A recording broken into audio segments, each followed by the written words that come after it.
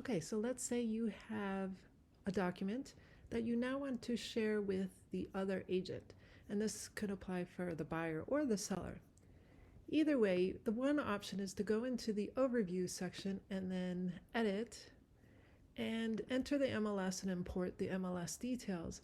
And this will find the listing agent, and you can click submit, and it will automatically create the listing agent in the parties section.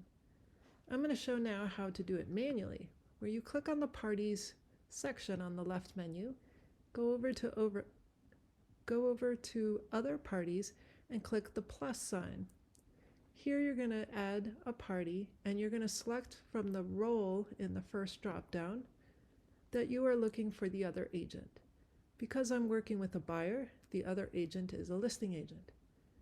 If you are in a transaction for a seller, you would see buyer agent. So now I'm going to fill out who the listing agent's information is. If I have them in my people section, I can choose from the drop down. I do not, so I am going to go ahead and put in some information. And I'm going to put in my test account.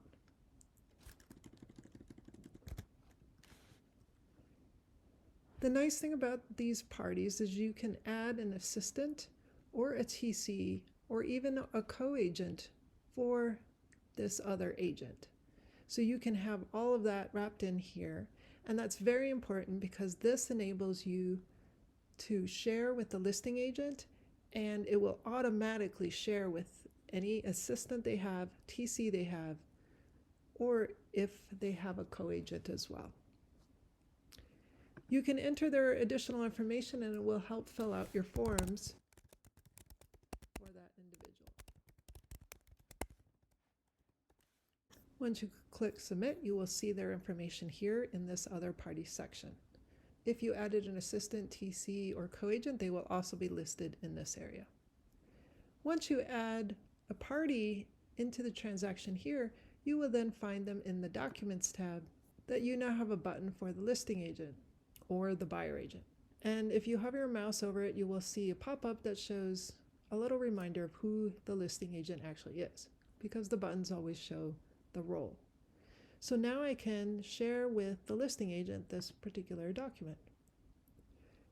Now if I log in as that listing agent, and I come to the party login, and this is from their email that they received, and I click on Get Started. If they have not logged in before, they will be prompted to create a password. And once they log in, they will see any other transactions that may have been added. So it looks like they have two. There's a demo account also working with them and sending them a transaction, as well as the one that we just sent them. So I'm going to click on View Documents. And here we can see it's the same experience that they have with your clients. They have that client portal. So it welcomes them. They have documents and the contacts for this particular transaction shared with you by the buyer agent and the name of the agent. The agent also has their information at the bottom, including their logo. If they had something to sign, it would be up here, and shared documents are down here, so now they can see that contract to buy and sell document. I just added a quick example of one deadline, and so now I have the calendar up at top as the other agent, and they can see the final walkthrough scheduled for the 18th. And now as the agent, you can go back to your transaction into the history log and see when the other agent logged into the transaction and when they actually viewed your offer, which is very helpful to know.